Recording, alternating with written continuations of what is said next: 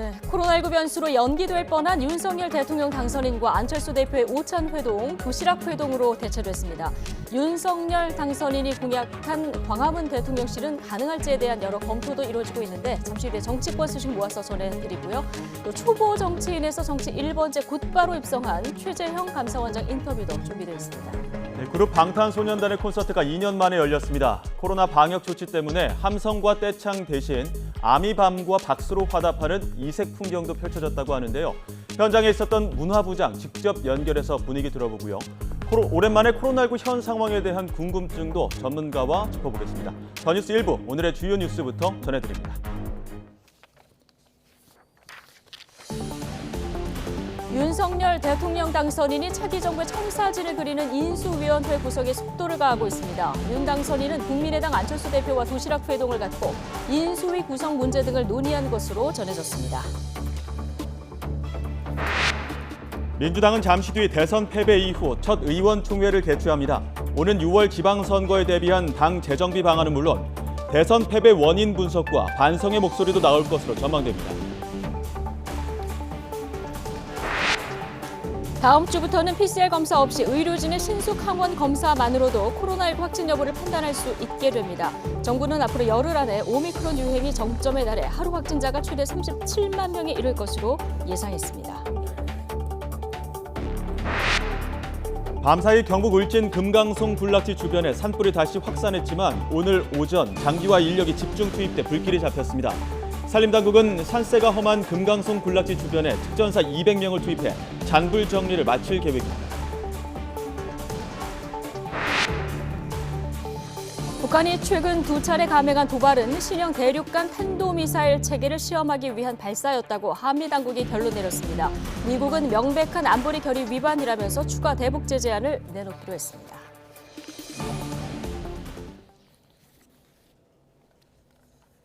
네, 자, 속보 하나 전해드리겠습니다. 윤석열 대통령 당선인이 기시다 후미오 일본 총리와 통화를 했는데요. 관련한 브리핑이 조금 전에 있었던 것 같습니다. 한일 양국이 우호 협력 증진을 위해서 앞으로 협력해 나가자. 자, 이런 통화 내용이 있었다 이렇게 전해지고 있죠. 네, 윤 당선인은 한국과 일본 양국은 동북아 안보와 경제 번영 등 향후 힘을 모아야 할 미래 과제가 많은 만큼 우호 협력 증진을 위해서 함께 협력해 나가자 이렇게 당부를 했습니다. 네, 그리고 한미일 3국 한반도 공조를 더욱 강화할 것을 기대한다. 윤석열 당선인의 이런 얘기도 있다고 전해지고 있습니다. 윤석열 대통령 당선인 오늘 오전 10시 반부터 15분간 기시다 후미오 일본 총리와 전화 통화를 했는데요. 관련해서 어떤 통화 내용이 있었는지에 대한 브리핑이 전해졌고요. 속보로 전해드렸습니다. 앞으로 한일 관계 변화가 있을지 좀 주목되는 부분입니다.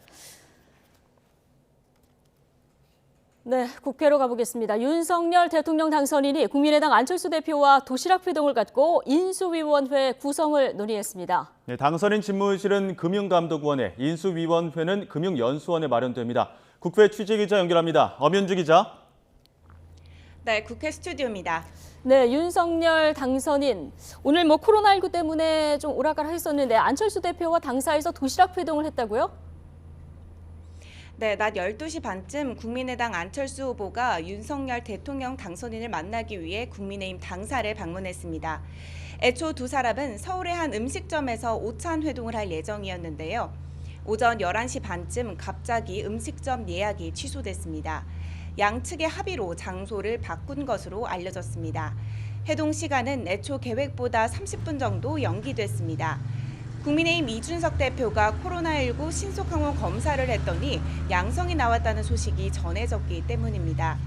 윤석열 당선인은 어제 이준석 대표와 오찬을 함께한 것으로 알려졌는데요. 다행히 윤 당선인과 안 대표 모두 자가진단 키트 검사에서 음성을 받으면서 도시락 회동은 성사됐습니다. 두 사람은 배석자 없이 단 둘이 인수위원회 구성을 논의하고 있는 것으로 알려졌습니다. 이미 인수위원장 하마평에 안 대표가 오르내렸다는 점에서 회동 직후 인수위원장 인선이 결정될 가능성도 배제할 수 없습니다. 장제원 당선인 비서실장도 오찬 회동이 연기된 사실을 알리면서 기자들과 만나 주말 내에 인수위원장을 인선할 것이라고 밝혔습니다. 또 인수위원회 구성을 박근혜 전 대통령 당선인 때 걸렸던 2주보다 더 앞당겨 서둘러 마무리하겠다는 입장을 전했습니다. 대략적인 인수위 조직도에 대해서도 설명했습니다. 직접 들어보시죠. 기획 조정, 외교안보, 정무사법행정, 경제 1은 경제정책, 거시경제, 금융 이쪽이고요. 경제 2는 산업, 일자리 이런 부분이죠, 그죠? 그 다음에 과학기술 교육을 묶었고요. 사회복지문화 이렇게 묶어서. 당선인실은 금융감독원, 인수위원회는 금융연수원에 마련할 예정이라고 밝혔습니다. 인수위 행정실장은 후보 시절 비서실장을 맡았던 서일준 의원이 맡게 됐습니다. 네, 윤 당선인 광화문 대통령을 약속하기도 했는데 구체적인 방안을 마련하고 있죠? 네, 기존 청와대를 해체하고 광화문 청사에 완전히 새로운 대통령실을 설치하겠다고 강조했던 윤석열 당선인. 곧 출범하는 인수위에도 청와대 개혁 TF를 꾸렸습니다. 장제원 당선인 비서실장 얘기 들어보시죠. 청와대 개혁 TF, 그걸 팀장이 실무적으로 일하는 걸로. 그래서 어떻게 집무실부터 시작해서 그다음에 청와대의 어떤 그런 구성들을 어떻게 할 것인가에 대한 TF 2개를 잠정 확정했고 특이 부분은 좀 더 고민하겠습니다. 조직은 그 정도로 지금 후보님이 구상이 그런 겁니다. 당선인이랑 이제 문재인 대통령이랑 만나는 일정 같은 경우에는 언제쯤으로 그거는 조율 중에 있습니다. 예, 길지 않은 시간에 만나시려고 합니다. 이에 따라 대통령 집무실과 비서실은 정부 서울청사에 있는 국무총리실 공간을, 임기 동안 지낼 관저는 청와대 인근 삼청동 국무총리 공간이 유력하게 거론됩니다. 이를 위해 오늘 오전 전해철 행정안전부 장관이 국민의힘 당사를 방문해 관련 논의를 했는데요. 어떤 대화를 했는지 직접 들어보시죠. 인수위에 관한 법률이 행정안전부에서 쭉 이렇게 처리하는 거여서요. 행정안전부가 앞으로 이제 비서실이라든지 인수위, 또 국무위원 청문회 준비를 할 때 지원하는 부서입니다. 그런 면에서 당선인 만나서 관계 법률이라든지 또 해야 될 일에 대해서 이야기 나눴습니다. 다만 경호 등의 문제로 실현 가능성이 있느냐는 질문에는 답변을 피했습니다. 네, 당선 첫날부터 숨가쁜 행보를 이어갔던 윤석열 당선인 오전 주한 중국 대사를 만나서 한중 관계에 대해서도 또 얘기를 했다고요. 네, 오늘 오전 당사 당선인실에서 싱하이밍 주한 중국 대사를 만나 당선 인사와 함께 한중 관계에 대해 논의했습니다. 이 자리에서 윤 당선인은 한중 관계가 더 발전할 것으로 확신한다고 밝혔습니다. 직접 들어보시죠. 우리나라 최대 교육국이 중국이고 중국의 3대 교육국이 우리나라잖아요. 한중 관계가 더 발전할 것으로 확신합니다. 이에 싱하이밍 대사도 대통령 당선에 대한 축하와 함께 올해로 30주년을 맞은 양국 수교의 초심을 굳게 지키고 우호 협력을 강화하겠다는 뜻의 내용을 담긴 시진핑 중국 국가주석의 축전을 전했습니다. 축전에는 또 중국과 한국의 전략적 협력 동반자 관계의 안정적이고 장기적인 발전을 촉진해 양국 국민에게 복지를 가져다 줄 용의가 있다는 뜻도 담겼습니다. 오후에는 크리스토퍼 델코소 주한 미국 대사 대리와 면담해 한미 동맹의 중요성을 강조할 것으로 보이는데요. 윤 당선인은 후보 시절부터 한미 동맹 강화를 한반도 외교 안보 정책의 중심축으로 삼겠다는 의지를 보인 바 있습니다. 또 앞서 속보에서 전해드렸듯이 기시다 후미오 일본 총리와 비공개 전화 통화도 했는데 한일 관계 개선이 필요한 데 대한 공감대를 이룬 것으로 확인됐습니다. 네, 민주당 상황도 보겠습니다. 대선 패배 이후에 당 수습에 주력하는 모습이죠. 네, 대선 패배 이후 민주당은 오늘 첫 의원총회를 소집합니다. 오늘 오후 2시 윤호중 비대위원장이 참석한 가운데 의원총회를 열어 대선 이후 당 진로와 6월 지방선거에 대비한 재정비 방안에 대해 머리를 맞댈 예정입니다. 지방선거가 채 석 달도 남지 않은 만큼 차기 원내대표 선거를 앞당기는 방안도 논의할 방침인데요. 이와 함께 개별 의원들이 자유 발언을 통해 20대 대선 패배 결과에 대한 분석과 반성의 목소리가 나올 것으로 보입니다. 앞서 민주당은 송영길 대표 등 지도부가 대선 패배에 책임을 지고 총사퇴해 윤호중 원내대표를 위원장으로 하는 비대위 체제로 전환했습니다. 지금까지 국회 스튜디오에서 YTN 엄윤주입니다. 네, 대선 초박빙 결과에 대해서 자신을 향한 책임론이 불거지는 걸 겨냥해서 국민의힘 이준석 대표가 조정석에 앉을 자격이 없는 사람들의 얘기라고 일축했습니다. 이 대표는 SNS에 영화 설리 허드슨강의 기적 속 사진을 올리면서 시뮬레이터 테스트 결과 기체 이상이 생긴 뒤에 회항이 가능하지 않았느냐고 물었던 항공당국의 대사를 올리면서 이같이 말했습니다. 조정사가 당시 최선의 판단을 내려 승객들을 기적적으로 구했지만 이후 책임론에 시달린 것에 자신의 처지를 비유한 것으로 풀이됩니다. 민주당 이광재 의원은 이재명 전 대선 후보가 오는 6월 지방선거에서 역할을 할 수 있다면 하는 게 좋다고 주장했습니다. 이 의원은 오늘 CBS 라디오 인터뷰에서 이 전 후보에 대한 국민적 기대가 있다면서 이같이 말하면서도 전적으로 이 전 후보 스스로 결정할 문제라고 밝혔습니다. 또 민주당 쇄신과 관련해선 정책적으로는 과감히 밀어붙이면서도 사람을 교체해가는 과정이 함께 일어나야 한다며 자신은 기본적으로 여의도가 폭파돼야 한다고 생각하는 만큼 민주당 역시 구시대와 신시대의 결별이 필요하다고 강조했습니다.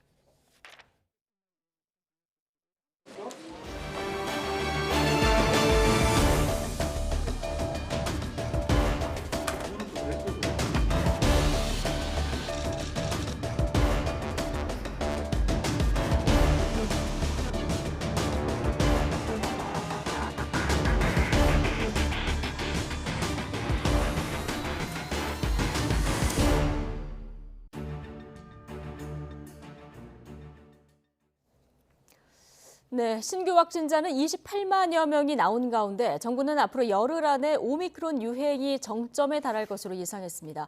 다음 주부터는 PCR 검사 없이 의료진의 신속 항원 검사만으로도 코로나19 확진 여부를 판단할 수 있게 됩니다. 취재기자 연결하겠습니다. 개훈이 기자. 네, 개훈입니다. 네, 자, 일단 코로나19 신규 확진자 수는 20만 명대 후반을 기록했군요. 네, 오늘 0시 기준 코로나19 신규 환자는 28만 2,987명입니다. 전날보다 4만 4천여 명 감소하며 사흘 만에 30만 명 아래로 내려왔습니다. 일주일 전과 비교해 1.1배 늘었고 5주 전보다는 10.3배 증가한 수치입니다. 사망자는 229명으로 다시 역대 최다를 기록했습니다. 누적 사망자도 9,875명으로 10,000명에 육박했습니다. 위중증 환자도 1,116명으로 지난 8일 1,000명을 넘긴 이후 나흘 연속 1,000명대로 집계됐습니다. 위중증 환자가 늘면서 중환자 병상 가동률도 오르고 있습니다. 오늘 0시 기준 전국의 중환자 병상 가동률은 61.5%로 전날보다 0.4%포인트 증가했습니다.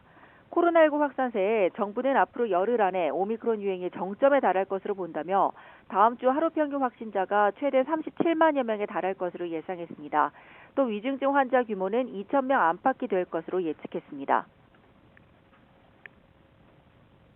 네, 그리고 앞으로는 신속 항원 검사 결과로도 확진 여부를 판단할 수 있게 된다고요. 네, 전문가, 즉 의료진이 시행한 신속 항원 검사 결과를 지금의 PCR 검사와 똑같이 인정하겠다는 겁니다.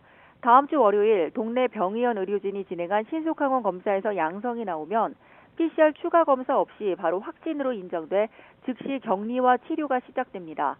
또 60대 이상 확진자의 경우 검사받은 의료기관에서 먹는 치료제도 바로 처방받을 수 있습니다.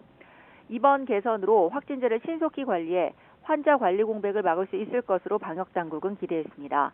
한편 오는 21일부터 코로나19 백신 접종을 완료한 해외 입국자에 대한 격리가 면제됩니다.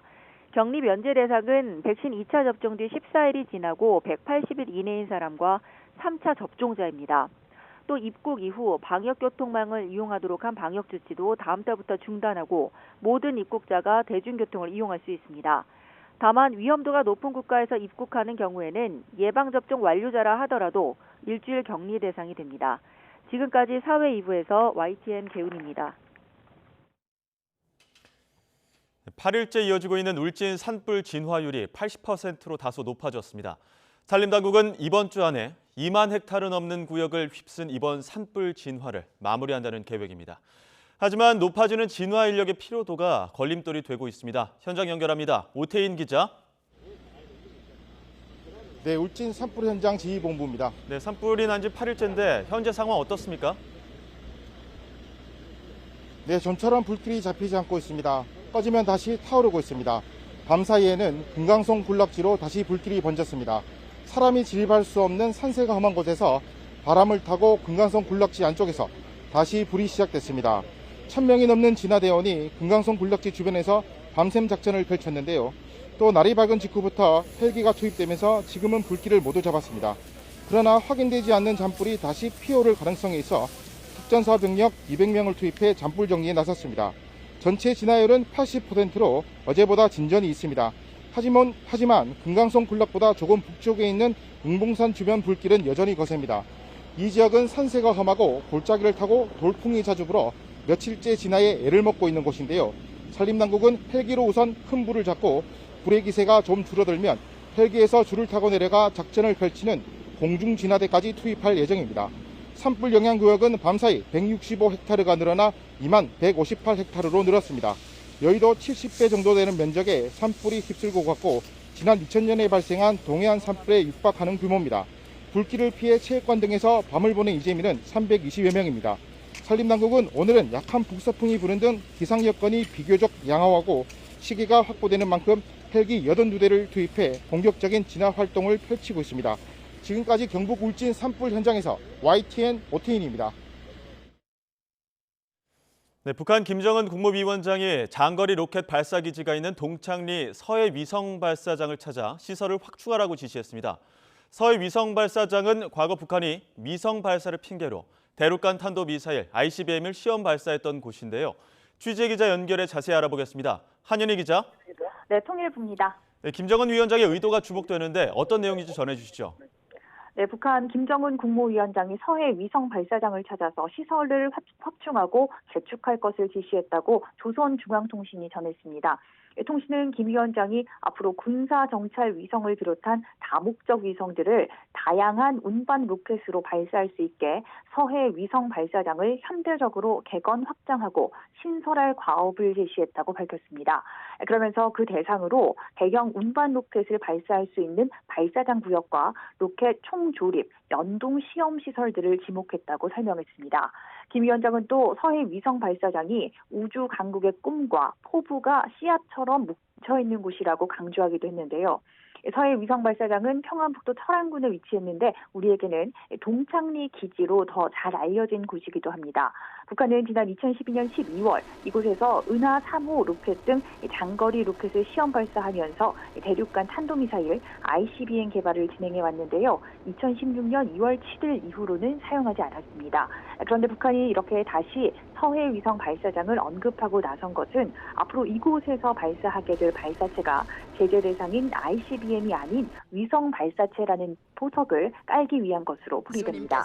또 김 위원장이 최근 국가 우주개발국을 시찰한 뒤 이어진 행보인 만큼 북한이 ICBM과 기술이 거의 같은 정찰 위성을 쏘아 올릴 날이 임박하고 있다는 분석도 나오고 있습니다. 이와 관련해 통일부는 미국 등 국제사회와 함께 관련 동향을 면밀하게 주시하면서 모든 가능성에 대해서 철저히 대비하겠다고 강조했습니다.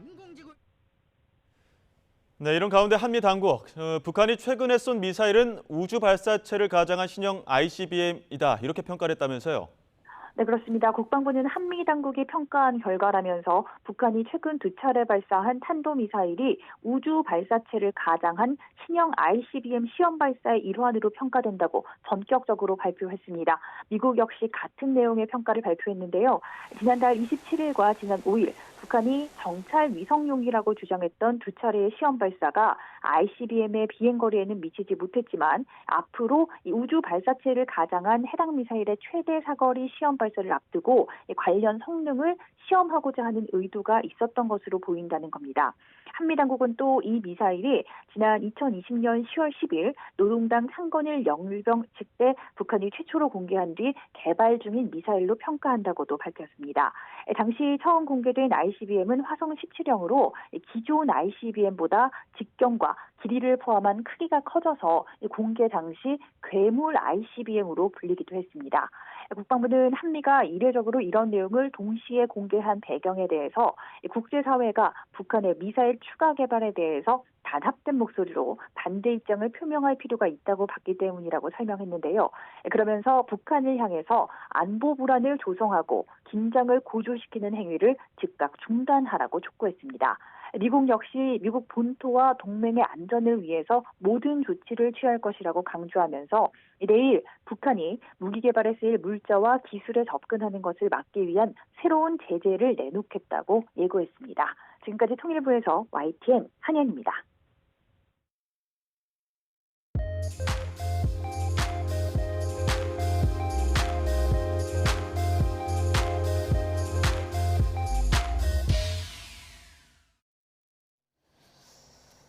네, 국민의힘 대통령 선거뿐 아니라 재보궐선거 5곳 중 4곳을 싹쓸이했죠. 승리의 주역 가운데 한 분 만나볼 텐데요. 법관에서 감사원장으로 이제는 초선 의원이라는 타이틀까지 거머쥔 분입니다. 정치 1번지 종로에서 당선된 최재형 국민의힘 의원 오셨습니다. 어서 오십시오. 네, 안녕하십니까. 예, 안녕하십니까. 먼저 축하드립니다. 감사합니다. 예, 뭐 정치 신인이신데 정치 1번지라고 하는 종로에 바로 입성을 하셨어요. 느낌이 어떠십니까? 우선 뭐 이번 그 선거를 치르면서 네.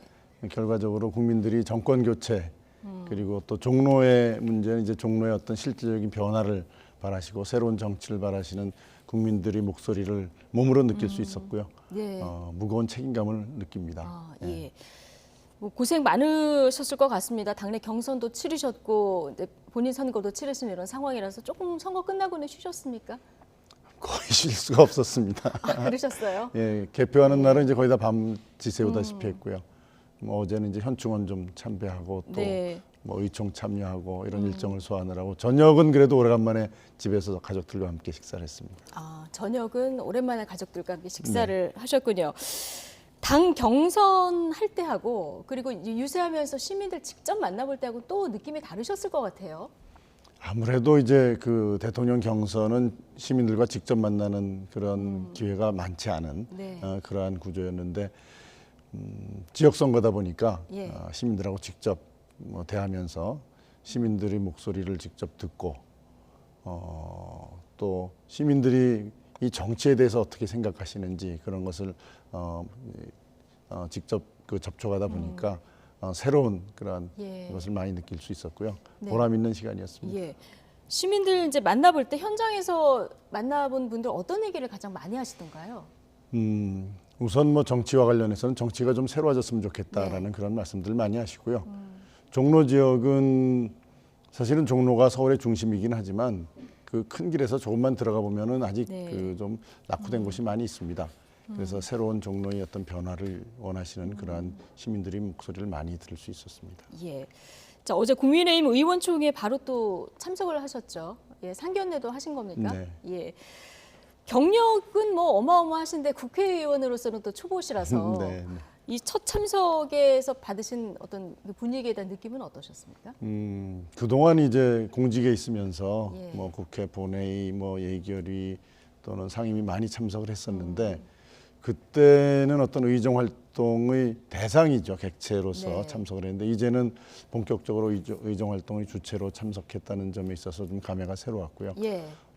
이제 새로운 위치에서 책임 있는 어떤 정치인의 모습을 보여주겠다는 그런 다짐을 했습니다. 네.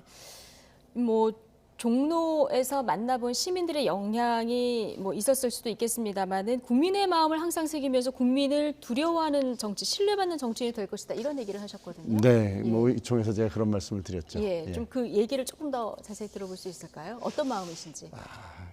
제가 이제 그 시민들을 직접 만나 보면은 뭐 지지한다는 말씀도 하시고 또 뭐 비판적인 말씀도 많이 해주시는데 예.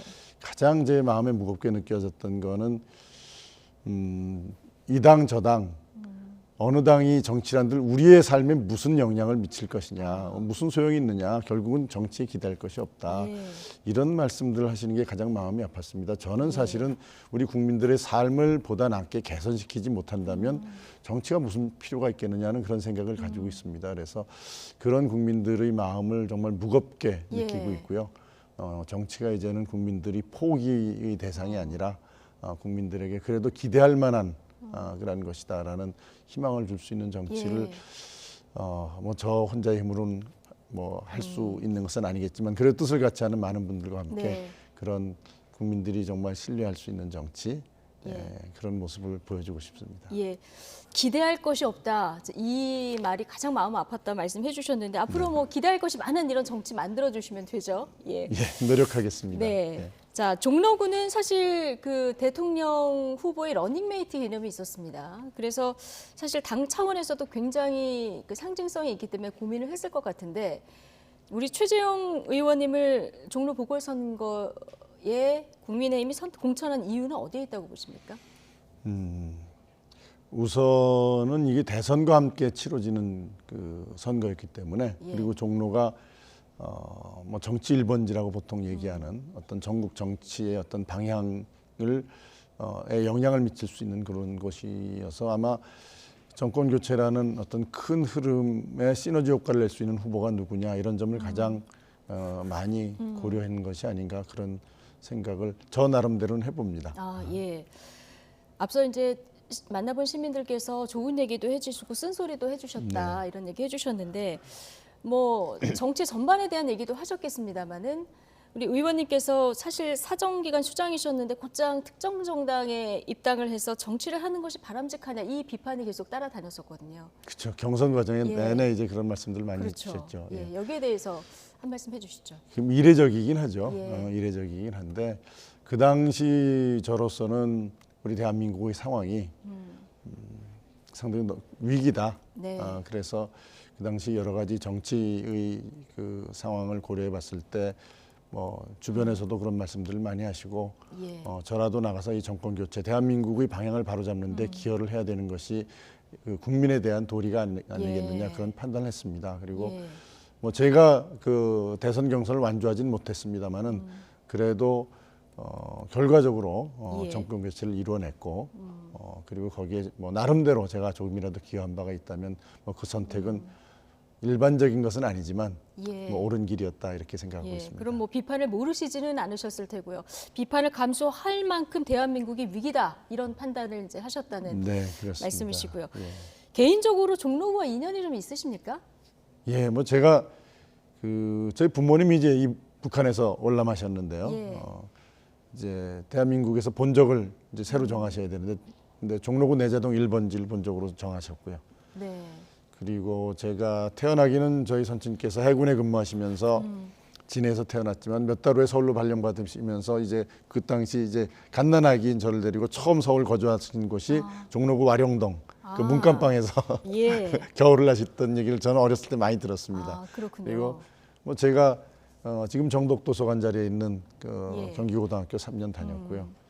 그리고 감사원장 재직할 때는 물론 그 감사원장 공간이 종로구에 있으니까 거기 거주했고 그 전에도 이제 헌법재판소도 근무하고 또 구기동 뭐 종로구에 한 3년 제가 근무하면서 우리 아이들이 그 넷인데요. 그래도 넷 다 종로구에 있는 학교를 다녀본 경험들이 있습니다. 뭐 그 초중고 계속 다니지는 않았지만 그래도 종로에 살면서 또 종로 인근에 살면서 종로에 있는 학교들을 4명 다 조금씩은 다닌 그런 인연이 있죠. 아이들 4명이 뭐 종로구에서 학교를 다녔으면 굉장한 인연이다 이렇게 뭐 볼 수도 있을 것 같은데요.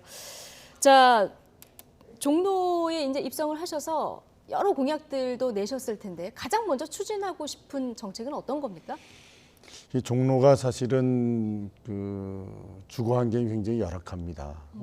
큰 도로에 조금만 벗어나면은 주거 환경이 열악한 곳이 많고 특히 이제 뭐 창신 수인 지역이라든지 또 서쪽에도 주거 환경이 열악한 곳이 많은데 과거에 이제 도시 정비를 재생이라는 사업으로 묶어놔서 많이 좀 그 개발이 제한돼 가지고 그 재개발 재건축이 제대로 추진 안 된 부분이 있습니다. 그래서 일단은 뭐 여러 가지 규제들을 좀 점검하면서 주민들이 원하는 그 획기적인 주거환경 개선 방안이 무엇인지 그걸 함께 고민하면서 그러한 그 주택 정책이나 주거 환경의 개선에 관한 정책들이 잘 추진될 수 있도록 뭐 의원의 입장에서 최대한 예. 지원하는 것이 첫 번째 과제라고 생각합니다. 그렇군요. 그러니까 주거 환경이 좀 열악하다. 이건 이제 돌아다니시면서 좀 느끼신 겁니까? 뭐 직접 보기도 했고요. 그 전에도 예. 이야기들 많이 들었죠. 예. 네, 그래서 그 주민들이 원하는 국민들이 원하는 방향으로는 풀 규제가 있는지 이런 것들을 좀 가장 먼저 검토해 보고 싶으시다. 네, 자, 그렇습니다. 이런 말씀이시고요.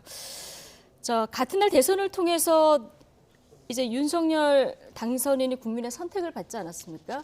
그런데 국민의힘에서 예상했던 것보다는 굉장히 신승이었습니다. 0.73%포인트 예. 차. 자, 우리 국민들이 이 정도 표차를 준 그 민심을 어떻게 받아들이고 계십니까? 일단은 뭐 정권 교체가 됐다는 점에서 네. 먼저 말씀을 드리면은 보통은 이제 10년 주기로 이제 정권이 바뀌었는데 오늘 5년 만에 바뀌었습니다. 예. 그래서 국민을 힘들게 하고 국민 위에 군림하려고 하는 정권은 국민들이 이제 심판한다라는 모습을 보여줬다는 게 그 네. 큰 의미가 있는 것이라고 보고요. 그러나 이제 보통 예상했던 것보다는 아주 근소한 차이로 네. 국민의힘 윤석열 후보를 네. 이제 당선시켜 주신 것은 국민들께서 자만하지 말고 더 겸손한 자세로 네. 정말 국민의 목소리에 귀를 기울이면서 또 지지하지 않은 네. 그러한 국민들과 함께 새로운 대한민국을 만들어가라는 그러한 기대를 그 표로 보여주신 거라고 저는 예. 해석하고 싶습니다. 그거 자만하지 말고 지지하지 않는 국민들도 끌어안을 수 있는 이런 정치 행보를 보여달라. 그렇습니다. 이런 교훈을 네. 주셨다. 예, 알겠습니다. 자, 의원님께서 이제 정치에 입문하실 때도 그렇지만 그 전에도 계속 이런 미담제족이다 이런 별명이 있었습니다. 뭐 고등학교 때 다리 불편한 친구 매일 업어서 등하교 시켜준 일화도 있고 또 앞서 이제 내 아이 얘기를 해주셨는데 아들 두 분을 이제 입양을 하지 않으셨습니까? 네. 최근에 이제 아버지 행보가 정치인으로 변신이 된 건데 지지를 좀 보내고 있는지 궁금합니다. 네. 저희가 둘인데요. 네. 큰애는 제가 이제 경선 과정에 들어갔을 때 초기에 한 달 정도 같이 있다가 유학을 떠났습니다. 근데 처음에 이제 초기에 제가 경선 예. 과정에 들어갔을 때 이제 뭐 입양을 뭐 정치에 이용하냐 뭐 이런 비난까지 있었어요. 참 말이 안 되는 말씀인데 그때 이제 저희 아들이 자기의 그 입양된 스토리를 공개하고 예. 또 아버지를 정말 그 지지해주는 그런 예. 얘기를 해줬고요. 그 다음에 그 둘째 아이는 그 경선, 그러니까 이번 참 그 선거운동 시작하자마자 네. 며칠 후에 현역 제대를 했습니다. 예. 제대한 이후에 이제 저를 도와서 많이 띄워줬는데 네. 저희 아이들이 그런 얘기를 합니다. 굉장히 이제 두 딸과 막내 아들이죠. 네. 큰 아들은 지금 외국에 유학 중이니까 네. 열심히 띄워주는데 그런 말을 예. 해요. 아버지가 자랑스럽지 않았으면 네. 이렇게 열심히 뛸 수가 없었다. 그러니까요. 그 말 듣고 저는 정말 너무 뭉클하셨겠어요. 예, 뭉클했죠. 예. 알겠습니다. 뭐 두 아들의 또 적극적인 지지를 받았다는데 뭉클하다는 얘기를 해주셨는데 지금 말씀하시는 동안 자 윤석열 당선인 일정과 관련해서 김은혜 대변인의 브리핑이 좀 시작된 것 같습니다. 현장으로 잠시 가보시죠. 조사의 뜻을 투표했습니다. 이어진 면담이 있었습니다. 윤석열 당선인은 한중 관계 발전을 위해서 양국 지도자의 역할이 중요하다. 책임 있는 세계 국가로서의 중국의 역할이 충족되기를 우리 국민이 기대하고 있다고 밝혔습니다. 윤 당선인은 이어서 고위급 회담 정례화 등 소통을 강화해서 한중 수교 30주년의 의미를 발전시켜 나가자고 당부를 했습니다. 이따 오후에 그 나머지 윤석열 후 당선인의 일정과 관련해서는 허락되는 대로 서면 브리핑이나 아니면 보도자료를 통해서 전달을 해드리도록 하겠습니다. 오늘 궁금하신 게 많으실 것 같아서 제가 지금 임명받은 지 몇 시간 안 돼서 모르는 게 많은데 그래도 아는 한 최대한 말씀을 드리도록 하겠습니다. 질문을 좀 받을게요. 질문 있으실까요?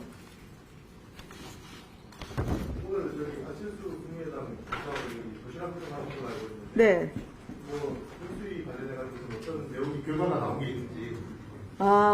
지금 12시 반에 안철수 국민의당 대표와의 그 오찬이 시작이 됐습니다. 현재 시각으로 1시간 반 넘게 아직 종료가 되진 않았습니다. 현재 오차는 진행 중이고요. 어떤 말씀이 오갔는지는 확인할 길이 없으나 어쨌든 그 당선을 축하하시면서 서로 간의 신뢰관계를 확인하는 자리로 저도 사료하고 있는 만큼 비공개 사안이어서 지금은 현재 전해드릴 수 있는 말씀은 없습니다. 그렇지만 그 실무적으로 두 분 간에 나눌 말씀이 많아서 이 도시락 회동을 겸해서 지금 진지하게 이루어지고 있습니다. 배송자가 있으신가요? 없습니다. 두 분만 네, 독대로 이루어지고 있는 오찬입니다. 예. 아까 장대원 실장님이 취재진과 당사 네. 7개 분과 1개 특위, 그다음에 2개 TF를 얘기하셨는데 네네네. 확정이 된 건가요? 아니면 좀 추가될 여지가 좀? 인수위의 7개 분과는 현재로서는 윤곽이 완성이 돼가고 있습니다. 7개 분과의 구체적인 항목을 알고 계시나요? 맞을지 모르겠는데 기획조정, 외교안보, 그다음에 정무사법행정, 경제 1, 경제 2, 그리고 과학기술교육, 사회문화복지, 이렇게 7개 분과로 인수위원회가 구성이 될 것으로 사료됩니다. 사회문화복지, 이렇게 7개 분과로 인수위원회가 구성이 될 것으로 사료됩니다. 특위와 관련해서는 그거는 나중에 또 확정된 대로 말씀드리지만 아마 그 구성의 윤곽은 유지될 것으로 생각합니다.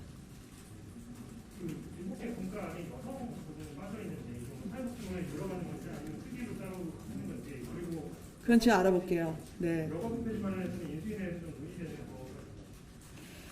대통령 당선인의 공약이기 때문에 어쨌든 인수위 안에서 또 진지하게 논의가 되겠죠. 네. 저는 지금 좀 더 알아봐야 되겠지만 여성과 남성의 문제가 아니라 저희가 아동과 그리고 가족 그리고 인구 절벽에 대해서 따로 부처를 만들겠다라고 말씀을 드렸고 그거는 모든 여성에게도 관련이 된 문제이기 때문에 전반적으로 성의 문제가 아닌 우리가 말씀드렸던 휴머니즘의 철학을 반영해서 여성 문제 그리고 남성 문제 공이 골고루 다룰 것으로 예상을 하고 있습니다. 어떤 인수위 분과에서 이거를 다루게 될지는 제가 오늘 임명이 된 지 3시간밖에 안 됐기 때문에 확인한 다음에 또 말씀을 드리도록 하겠습니다. 오늘 북한 ICBM 시험 발사 동향 관련해서 미국이 발표도 하고 그랬는데요. 네. 당선인께서 이제 후보 입장이 아니시니까 이제 어떤 입장이나 메시지를 좀 내실 것 같은데 오늘 밝히신 입장이 있는지 아니면 없다면 언제쯤 이에 대한 입장 밝히실지 좀.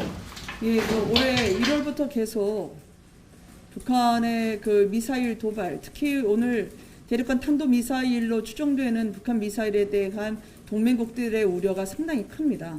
그래서 후보가 그동안 그 굳건한 한미동맹을 기초로 한 당당한 외교와 확고한 안보관을 말씀하신 바 있기 때문에 이 부분에 대한 입장은 제가 나오는 대로 전해드릴게요. 오늘 일정이 지금 1분의 틈새가 없을 정도로 계속 이어지고 있습니다. 공식 혹은 비공개 일정까지 포함해서요. 그래서 그 나오는 대로 말씀을 드리도록 하겠습니다. 네. 네. 오늘 오전에 네. 전해철 행안부 장관이랑 당선인 면담을 하신 걸로 알고 있는데 네네. 그 광화문 집무실 관련해서는 좀 부분이 어떤 대화가 있었는지 하고 네. 오늘 신문에도 났는데 그 총리실 관련해서 좀 옮겨야 될 부처가 있잖아요. 그 계획이 맞다면 네. 그런 것들은 이제 어디로 가는지 등에 대한 설명을 부탁드립니다. 제가 그 전해철 장관님 오실 때는 배석을 하진 않았습니다. 그래서 그 대통령직 인수와 관련한 여러 행정적 절차와 인수 인계에 관한 사안이 안내됐을 것으로 생각하고 있는데요. 지금 말씀 주신 정보종합청사와 관련해서는 대통령실의 정확한 인사 규모가 아직 추계되지 않았기 때문에 층수나 층 위치는 정해진 바가 없습니다. 그리고 그 광화문, 즉 정부종합청사로 대통령실이 이동하는 건 이미 공약으로 대통령이 정치개혁 방안 중에 하나로 밝혀드린 바가 있죠. 그리고 민간합동위원회 같은 경우에도 민간의 창의와 아이디어를 앞으로 국정 운영에 적극 반영하고 저희가 추진해 나가겠다고 밝히신 바가 있기 때문에 민간합동위원회도 당연히 정부종합청사 내에 함께할 것으로 생각하고 있습니다. 민간합동위원회 참여 인사들에 대한 인사청문회 포함 여부나 이런 논의가 진행된 건 네, 윤석열 대통령 당선인의 김은혜 대변인 그 브리핑이 있었는데요. 여러 가지 일정에 대한 현안 브리핑이 좀 많았고요. 좀 1분의 틈새가 없을 만큼 일정이 바쁘게 이어지고 있다 이런 설명이 있었습니다. 어제 바이든 대통령하고 통화를 했고요. 오늘은 주한 중국 대사와도 만남이 있었죠. 여러 외교 현안에 대한 브리핑이 있었고요. 그리고 지금 윤석열 당선인과 안철수 대표의 오찬 회동이 진행 중인데 지금 독대로 이루어지고 있고 이게 비공개 회동이라서 아직 전해지는 것은 없다 이렇게 얘기가 나왔습니다. 인수위 그리고 광화문 집무실에 대한 질의도 있었고요. 여기에 대한 답변까지 듣고 오셨습니다. 최재형 의원님 오셨는데요. 잠시 현장을 다녀왔습니다. 네. 지금 인수위 굉장히 바쁘게 돌아가는 것 같습니다. 지금 7개 분과는 현재 윤곽이 거의 완성돼 가고 있다고 했는데 관련해서 가장 중요한 게 인선 아닌가 싶습니다. 네. 조언을 한마디 좀 해주신다면요. 인수위는 사실은 이제 실제 그 국정을 운영하는 팀은 아닌데요. 네. 그래서 인수위의 그 구성은 국민들의 그 의견 네. 이런 거를 정말 잘 수렴할 수 있는 통합적인 그런 마인드를 가지신 분 그리고 네. 정말 훌륭한 인재들을 고를 수 있는 어떤 통찰력과 예. 또 그 열린 마음 네. 이런 마음을 가지신 분들이 구성이 돼야지 예. 그 국민의 통합을 이룰 수 있는 그리고 정말 능력 있는 예. 그런 정부를 구성할 수 있을 거라고 생각합니다. 예. 국민 의견을 일단 잘 들을 수 있는 이것이 가장 전제 조건이라는 말씀해 주셨고요. 이제 평생 법관으로 살아오셨잖아요. 이제 입법자가 되셨는데 뭔가 내가 이거 1호 법안으로 추진하고 싶다 하는 거 있으십니까? 제가 구체적인 생각을 아직 1호 법안이라고 명명할 정도로 구체적인 생각을 예. 가진 것은 없는데요. 네. 많은 분들이 그렇게 얘기합니다. 제가 법조인으로 평생 살아왔으니까 우리나라의 각종 법 중에서 과도한 규제 이것 때문에 국민 생활을 불편해하고 기업 활동에 예. 정말 큰 장애가 되는 그런 것들은 좀 정비해야 되지 않겠느냐 예. 그런 말씀들을 많이 하셔서 그 부분을 좀 관심 있게 볼 것이고요. 예. 최재형의 이름으로 하는 1호 공약에 대해서는 제가 1호 아직 법안. 1호 법안에 대해서는 네. 구체적으로 아직 생각하고 있는 것은 없습니다. 예, 조금 더 이제 검토해 보시고 네. 뭔가 법안 발의를 하실 네. 텐데 아마 규제와 관련한 부분에 좀 관심이 있으시다 이런 얘기를 해주셨고요. 지금 많이 고민하다가 정치권에 발을 들이셨을 텐데 지금 종로가 끝은 아닐 것 같습니다. 앞으로 정치 행보 저희가 어떻게 예상을 좀 해볼 수 있을까요? 사실 제가 1년 전만 해도 제가 이 자리에 나와 앉아 있으리라고는 전혀 생각지 못했었던 네. 상황이었습니다. 예. 그래서 장래일을 미리 말씀드린다는 것은 좀 어떻게 보면은 어리석은 일이 될 수도 있고요. 그래서 저는 지금 현재 제가 정치를 이제 시작하면서 이게 국민의 마음을 얻는 것이 정치고 예. 국민의 마음을 어떤 실제 정치에 담아내는 것이 정치인의 역할이다라는 그런 생각을 가지고 있어서 국민의 마음을 담는 어떤 그릇이 되고 또 국민들이 정말 원하시는 것을 잘할 수 있도록 도와드리는 예. 그런 정치를 하루하루 해나가겠다는 그런 생각을 가지고 있고 장기적으로는 제가 어떻게 될 것인지에 대해서는 앞으로 지켜봐 주셨으면 좋겠습니다. 너무 빠른 질문이 될 수도 있는데 그 다음 대통령 선거에 나갈 생각도 있으십니까? 그걸 어떻게 제가 말씀드렸잖아요. 예. 1년 전에 제가 이 자리에 있을 줄 아무도 알겠습니다. 몰랐습니다. 5년 후에를 어떻게 얘기할 수 있겠습니까? 제가 우문을 드렸군요. 네. 알겠습니다. 아무튼 국민들 눈높이에 맞는 이런 의정 활동 해주시기 부탁드리고요. 네. 지금까지 최재형 국민의힘 의원 이야기 들어봤습니다. 귀한 시간 내주셔서 고맙습니다. 네, 감사합니다.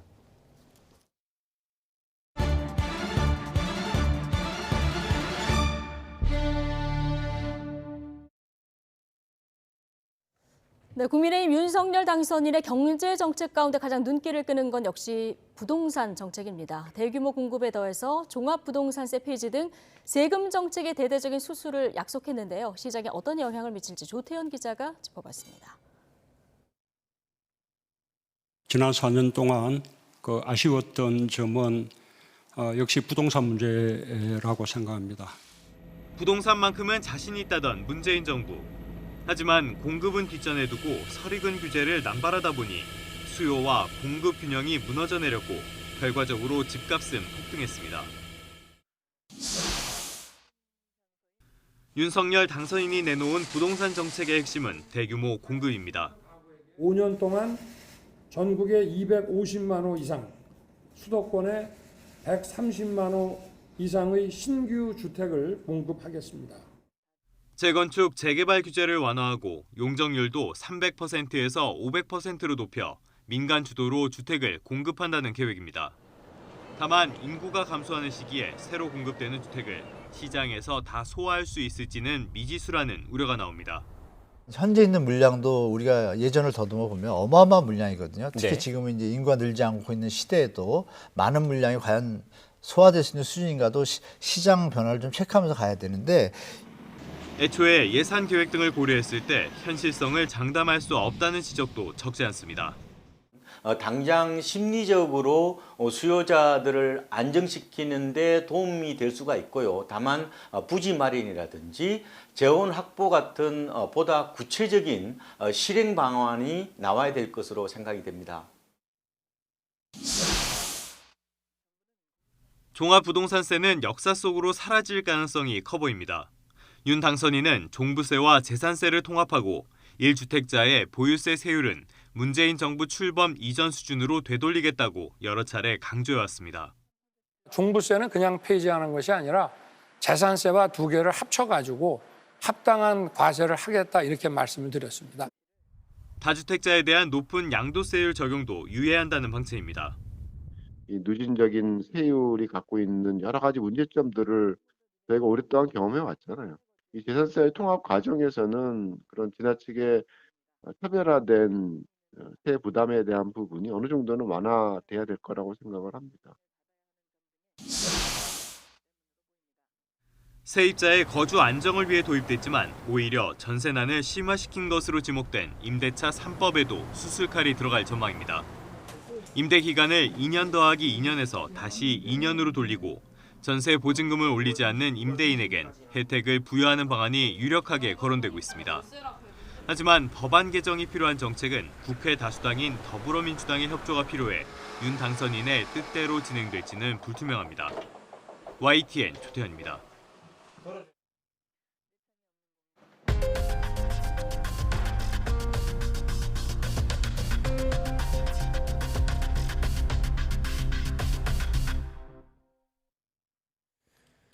방탄소년단이 2년 반 만에 국내에서도 대면 공연을 재개했습니다. 코로나 방역 때문에 과거와 다른 공연장 모습이 보이기도 했는데요. 취재기자 연결해 알아보겠습니다. 이승은 기자. 네, 문화생활과학부입니다. 네, 팬들은 864일을 기다렸다 이렇게 표현을 하던데 방탄소년단 공연장은 어떤 분위기였습니까? 네, 지난해 11월과 12월에 걸친 미국 공연 뒤에 멤버들의 코로나 감염과 충수염 수술 소식이 들려와 이들의 모습이 궁금했는데요. 멤버들은 건강한 모습으로 무대를 누비며 특유의 칼군무와 노래 실력을 보여줬습니다. 이번 공연은 2019년 10월 같은 장소인 잠실 경기장에서 열린 공연 이후 2년 반 만에 국내 대면 공연입니다. 방탄소년단은 2시간 넘게 20여 곡을 소화하며 대형 LED를 배경으로 다채로운 무대를 선보였습니다. 네, 코로나 상황 때문에 공연장 안팎 모습이 좀 달랐다고 하는데 어떻습니까? 네, 이번 공연은 잠실 종합운동장 주 경기장에서 어제와 내일 모레 이렇게 3회 열립니다. 정부가 승인한 회당 관객은 15,000명, 3회 모두 합쳐 45,000명 정도입니다. 정부는 공연장이 야외지만 코로나 상황을 감안해 좌석의 23% 수준에서 허가를 내줬습니다. 또 입장 인원의 5%, 750명 수준의 방역요원 배치를 허가 조건으로 했습니다. 이들이 연신 팬들에게 흩어지도록 공지해 노래하고 춤추는 팬들의 모습은 볼 수 없었습니다. 외국인도 눈에 띄었지만 대부분 국내 거주자였고 해외에서 바로 온 팬은 찾기 힘들었습니다. 곧 미국 공연이 있는 데다가 입국 시 7일 격리와 예약 시 국내 전화번호 인증을 받아야 하는 점 등의 제약이 있었던 것 때문으로 보입니다. 방탄소년단 팬들은 아미밤을 들고 응원하는데요. 이번 공연에서는 클래퍼라는 것이 등장했습니다. 일명 짝짝이라고 불리는 응원 도구인데요. 노랫말이 적힌 두꺼운 종이를 부채처럼 접어서 큰 박수 소리를 내는 겁니다. 주최 측은 미리 녹음한 함성을 공연 도중에 간간히 틀었고 함성은 지르지 말아달라고 안내하기도 했습니다. 때문에 리더 RM은 우리가 언제 박수로만 하는 콘서트를 해보겠나, 역사에 남을 콘서트일 것 같다고 말하기도 했습니다. 떼창이 없는 공연의 제이홉은 공연 중간에 화나신 건 아니죠 라며 팬들에게 농담을 하기도 했습니다. 팬들의 목소리를 한번 들어보시겠습니다. I was negative, but I have to do the quarantine, the mandatory quarantine. So even if I was negative, they work really hard and they love the fans. 기본적인 방역 수칙을 하는 것도 사실이지만 이렇게 클래퍼를 만들어서 저희들끼리 박수도 그렇고 환호는 못하지만 이걸로 우리의 목소리를 대신할 수 있다고 생각합니다. 네, 코로나 상황에서 새로운 공연의 유형이 나타나고 있는데 이번에도 다양한 시도가 있었죠? 그렇습니다. 방탄소년단 현장 공연은 내일, 모레도 진행되는데요. 어제와 모레 공연은 온라인 중계를 병행하고 내일 공연은 전 세계 60개국 극장에서 동시 상영됩니다. 현장과 온라인이 병행되는 이른바 하이브리드 공연인 셈입니다. 이런 다양한 시도 속에 방탄 소속사 하이브뿐만 아니라 우리 대형 가요 기획사들의 매출이 지난해 사상 최고 실적을 올렸습니다. 하이브의 경우 지난해 연매출이 1조 2천억 원으로 한 해 전에 비해 58% 늘어난 것으로 잠정 찍게 됐습니다. 앨범 매출은 물론 공연 매출도 500억 원에 육박해서 한 해 전에 비해 10배 급증했습니다. 지난해 말 현장 관객 21만 명을 동원하며 온 오프라인으로 병행한 미국 LA 공연 덕분으로 추정됩니다. 네, 방탄소년단 다음 일정 어떻게 됩니까? 네, 방탄소년단은 이번 공연 뒤에 미국으로 가서 다음 달 3일 라스베이거스에서 열리는 그래미 시상식에 참석합니다. 그래미 베스트 팝 듀오 그룹 퍼포먼스 후보로 올라 있습니다. 이어 8일, 9일과 15일, 16일 라스베이거스에서 넉 달 만에 미국에서 대면 콘서트를 엽니다. 지금까지 YTN 이승은입니다.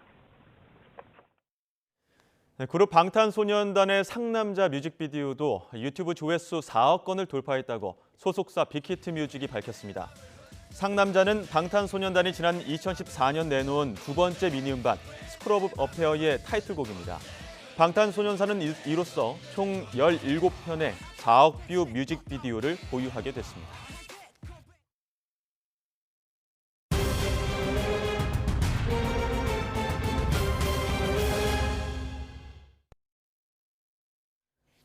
네, 확진자 규모가 좀처럼 줄지 않고 있는 가운데 정부가 의료진의 신속 항원 검사만으로 확진 판단을 하겠다고 밝혔습니다. 네, 자세한 내용 유병욱 순천향대 서울병원 가정의학과 교수와 짚어보겠습니다. 어서 오십시오. 네, 어서 오십시오.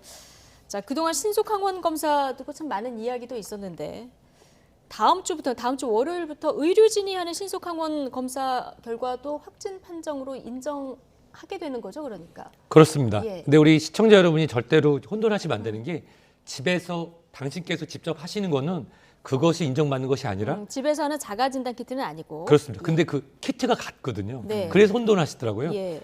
의료진인데 의료기관, 즉 등록된 의료기관으로 환자를 신고할 수 있는 의료기관에서 진행된 신속 항원 검사가 거기서 양성 나왔을 때 우리가 등록이 가능한 거고요. 예. 검체 채취나 이런 건 똑같습니다. 보통 우리가 PCR 할 때도 이제 코로 해서 좀 깊게 넣잖아요. 그렇게 깊게 채취한 것을 똑같은 시료에 넣어서 하는데 PCR이라고 하는 증폭 검사가 아닌 거기서 시료에서 일부만 채취해서 빠르게 15분에서 30분 안에 할 수 있는 그런 장점 있는 검사를 통해서만 확진이라고 받게 되고 또 그거를 의료진이 등록했을 때만 확진 판정을 받게 되는 것입니다. 예. 그런데 지금 이 신속 항원 검사의 민감도, 그러니까 확진의 어떤 여부, 정확성 부분에 대해서는 여러 가지 이야기가 많지 않았습니까? 우선 장점은 뭐냐면 예를 들어서 우리가 10분이 계신데 10분이 다 의료진이 하는 신속 항원 검사를 해서 양성이 나왔어요. 예. 네. 그런 경우에는 조심스럽게 10분 모두 이제 격리하셔야 됩니다 하면서도 현재는 PCR 검사를 한 번 더 했거든요. 예. 근데 PCR 검사를 하면 그 10분 중에 한 분 내지 두 분은 PCR 음성이 나오는 경우가 있습니다. 그렇죠. 예. 현재까지. 그래서 그걸 네. 위양성이라고 주위에서 하는데요. 예. 그렇기 때문에 근데 이제 방역적 측면에서 보면은 그 한 분 또는 두 분이 억울할 수 있죠. 네. 억울할 수 있죠. 왜냐하면 나는 코로나 환자가 아닌데 일주일간 격리를 해야 되고 예. 여러 가지 불편이 따를 수 있어서 그런 불편감이 생길 수 있지만 방역적 측면에서는 좀 더 많은 사람들을 선제적으로 격리할 수 있는 장점은 있습니다. 예. 근데 문제가 뭐냐면 네. 많은 전문가분들도 말씀을 하셨지만 예를 들어서 그 의료진이 하는 신속항원 검사를 해서 양성으로 나오신 분이고 만 65세 이상이다, 50세 이상이다. 네. 팍스로비드를 처방해야 되는 분이다 라고 했을 때 만약 그분이 실제로 PCR로 검사했으면 음성이 나올, 즉 코로나19 오미크론 변이 환자가 아닌 일반 감기 코로나 바이러스로 양성으로 나오는 경우라고 하면은 실제로 우리가 팍스로비드를 실제로 사용해야 되는데 사용하지 못하는 것과 또 이 모든 약물은 실제 질환이 있을 때 그 예. 상황에서 효과를 얻는 건데 예. 그 외에 부작용이 나타날 수 있는 부분이 있어서 팍스로비드에 예. 실제로 이 부분은 과거에는 PCR 검사로만 진행을 하면 네. 의료진보다는 이제 국가적 컨트롤 관리가 가능한데 이거를 이제 의료진한테 공이 넘어간 겁니다. 예. 의료진 판단해서 팍스로비드를 처방하라고 해서 현장에서는 최소한 일주일 정도는 혼선이 있을 가능성이 큽니다. 예, 알겠습니다. 교수님, PCR 검사는 그럼 장기적으로는 좀 없어지는 겁니까? 아닙니다. 이 그런 건 검사가 아닙니까? 없어지는 건 아니고요. 예. 두 가지 선택을 할 수 있게 되는 것이죠. 그래서 보통 우리가 생각할 때 젊고 건강하신 분, 팍스로비드를 처방받을 대상이 아닌 분들인데 증상을 보인다.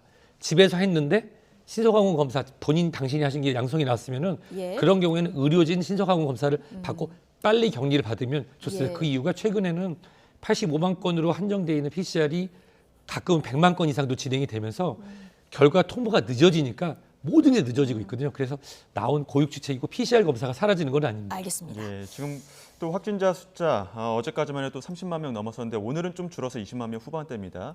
정부가 예측한 것보다 더 많이, 더 빨리 이 정점에 다가오고 있는 것 같은데 이 부분 어떻게 보십니까? 우선은 제가 지난주 금요일 날 정점의 초입이라고 말씀드렸죠. 예. 이게 들어와서 정점의 상태에서 지금 지나가고 있습니다. 앞으로 이 터널이 1주가 될지 2주가 될지는 모르는데요. 네. 여기에 제가 말씀드릴 수 있는 거에 확신한 과학적 근거는 제가 여러 번 말씀드렸지만 대한민국이 할 수 있는 이 코로나 PCR 검사가 85만 건이 한계입니다. 즉 50% 이상이 나오게 되면 40만 건 이상 나올 수 있겠죠. 양성 판정이. 하지만 한계가 있기 때문에 계속 20만 건, 30만 건의 양성 판정이 오르락내리락 하는 여기가 이제 정점의 터널을 지나고 있습니다.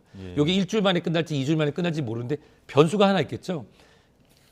전문가용 신속 항원 검사를 양성 판정한다고 하면은 다음 주 화요일이나 수요일쯤 되면은 엄청 늘어나네요. 45만 건 이게 또 통보건이 이틀째 하루 반씩가 모이면서 PCR하고 같이 나와서 45만 건 막 이렇게 나올 수 있습니다. 왜냐하면 신속 항원에서 나온 양성. 근데 그것이 그렇다고 해서 우리나라 대한민국의 코로나 상황이 악화되는 게 아니라 우리가 알고 있는 게 30만 건 내외이기 때문에 지금 우리 정점의 터널을 지나고 있고 네.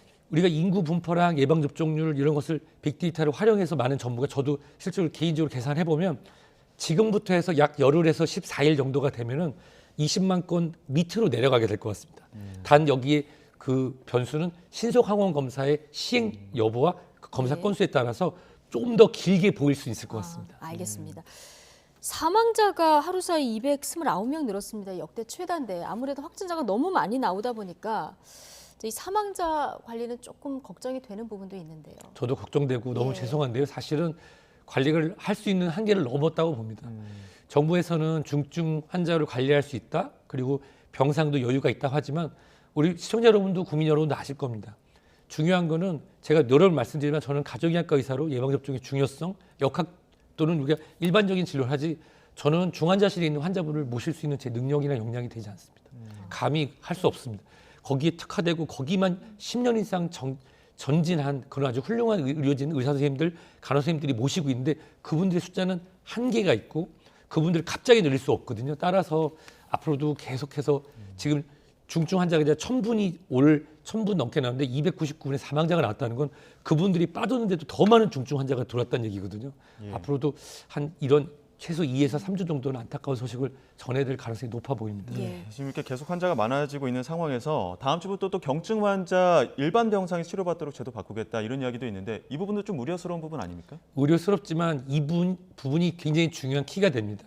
제가 근무하고 있는 병원, 특히 이 서울 소재나 대형 종합병원 상급 기관은 이미 준비를 하고 있고 하는 것도 있습니다. 어떤 식으로 하냐면요. 한쪽 층을 물론 이렇게 되면 병원의 수입은 굉장히 줄고 그리고 일반 환자분들을 모시는 역량이 줄기 때문에 일반 환자분들에게 미치는 영향과 불편감은 있습니다만은 실제로 한 층을 전체를 다 코로나 양성 환자분들을 일반 병실처럼 받아서 진료하는 겁니다.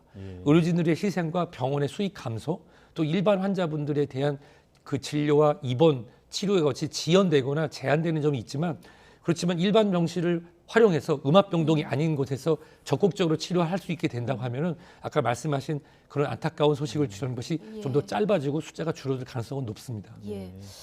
정말 빨리 종식이 됐으면 좋겠고 어쨌든 지금 정점을 지나가고 있다 이렇게 말씀해 주셨는데 시종일관 항상 코로나19 시작될 때부터 도대체 언제 끝나는 거냐 이 사람들이 굉장히 막 답답해하고 그랬거든요.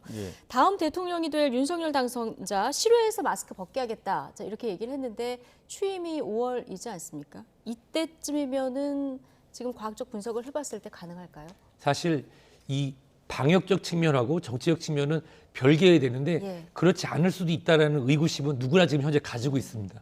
근데 현재 이 정점의 터널을 지나고 있는데 그 터널에서 한 단계, 두 단계 내려가게 되면 4월 중순 정도 되면은 아마 5만 건에서 10만 건 내외로 나오다가 갑자기 떨어진 시점이 되는데 그게 우연히도 5월 초가 될 가능성이 굉장히 높습니다.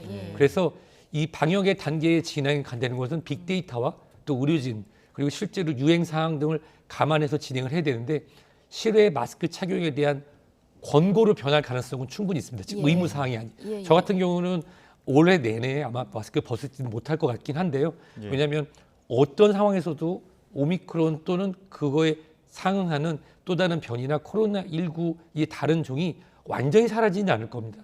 계절성 독감처럼 올 11월이나 12월에 다시 소규모 또는 일부 연령층 취약층에서 할 수 있겠죠. 하지만 실외에서의 직접적으로 아주 과밀되는 그런 현상이 아니라고 하면은 또 우연히도 그게 대통령 취임이라고 아주 유사하게는 실외 마스크 착용의 것이 의무에서 권고로 바뀔 가능성은 높습니다. 이 부분은 어떻습니까? 자영업자 24시간 영업 가능하게 하겠다 이런 뭐 거리두기 제한을 사실상 모두 해제하는 방침들도 지금 내놨는데 물론 뭐 빅데이터 말씀하신 것처럼 과학적 근거를 달긴 했습니다. 이 부분도 가능하다고 보시는 겁니까? 이 부분은 초기에 우리가 영업시간을 9시나 10시까지 제한한 거에 대해서 청와대 등에서 과학적 근거를 대라고 했을 때 데이터를 내지 못했습니다. 근데 그 이후에는 여러 가지 그런 우리가 신용카드 사용액이라든지 또는 우리가 핸드폰, 모바일 그 이동 같은 걸 봤을 때 어느 정도 적절한 측면이 있었다고 보거든요. 현재 우리는 방역의 장점이었던 추적 관찰을 하고 있지 않습니다. 추적 관리를 하고 있지 않은 상황에서 이런 영업시간의 제한이라는 것이 현재는 실제로 의미가 별로 없습니다. 다만 사람이 모이는 숫자에 대한 것도 우리가 현장에서 얼마나 지켜지는지 모르겠지만 권고 수준은 현재까지는 지킨 게 좋은 게요. 왜냐하면 이것이 사람 모이는 숫자까지 완전히 풀어지게 되면은 모임의 규모가 커지고 확산의 속도가 현재보다 더 빠르질 가능성이 큽니다. 다만 요즘에 우리 국민들은 2년 동안 이미 익숙해졌거든요. 이 정도 하고 일할 사람은 일하고 갑시다. 그리고 예전하고 나는 대한민국의 흥문화 놀이문화도 많이 변했습니다. 그래서 지금 우리가 영업시간을 12시까지 일단 풀고 그다음에 이제 심야 영업 제한을 단계적으로 푼다 그래서 그것이 더 확산소가 빨라지진 않다. 다만 인원 제한에 대한 부분은 조금 더 연구할 필요가 있어 보입니다. 코로나19 2년을 지나면서 놀이문화도 많이 달라지고 있다 얘기하셨는데 국민들이 스스로 개인 방역수칙 잘 지키고 또 모임 시간이나 이런 것도 스스로 좀 잘 조절하는 이런 게 끝까지 좀 필요할 것 같습니다. 유병욱 순천향대 서울병원 가정의학과 교수와 함께했습니다. 고맙습니다.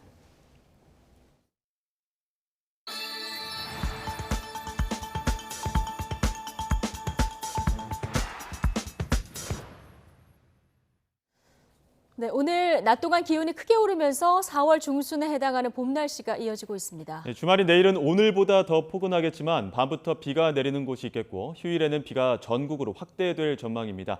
자세한 날씨 알아보겠습니다. 원희다 캐스터. 네, 원희다입니다. 네, 오늘 기온이 얼마나 오른 겁니까?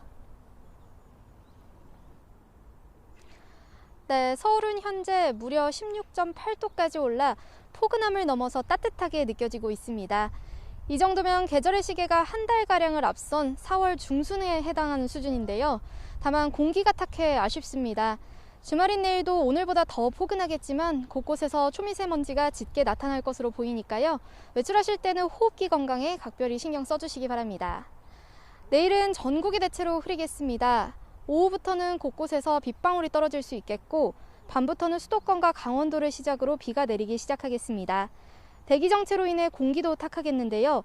내일은 수도권과 충청에서 종일 대기질이 나쁨 수준을 유지하겠고 대전, 세종, 충남은 오전에 일시적으로 미세먼지가 짙게 나타나겠습니다.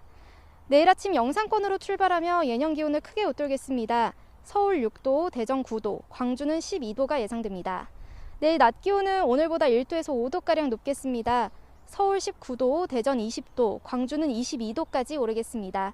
큰 일교차에 대비한 옷차림 하시는 게 좋겠습니다. 휴일에는 전국에 단비가 내리겠고 월요일까지 이어질 전망입니다. 이번 비는 그동안의 건조함을 해소하고 산불을 진화하는 데 조금이나마 도움이 될 것으로 기대됩니다. 비가 오기 전까지는 건조특보가 계속되면서 산불 위험성이 클 것으로 보입니다. 주말 동안 산을 찾으신다면 불씨관리 철저히 해주시기 바랍니다. 지금까지 YTN 원희다입니다.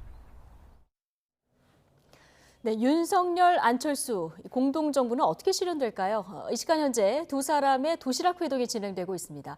석패한 이재명 전 후보의 앞으로 정치 행보도 벌써 관심인데요. 잠시 뒤에 여야 의원 이야기로 들어보시겠습니다. 저희는 더 뉴스 2부로 돌아오겠습니다.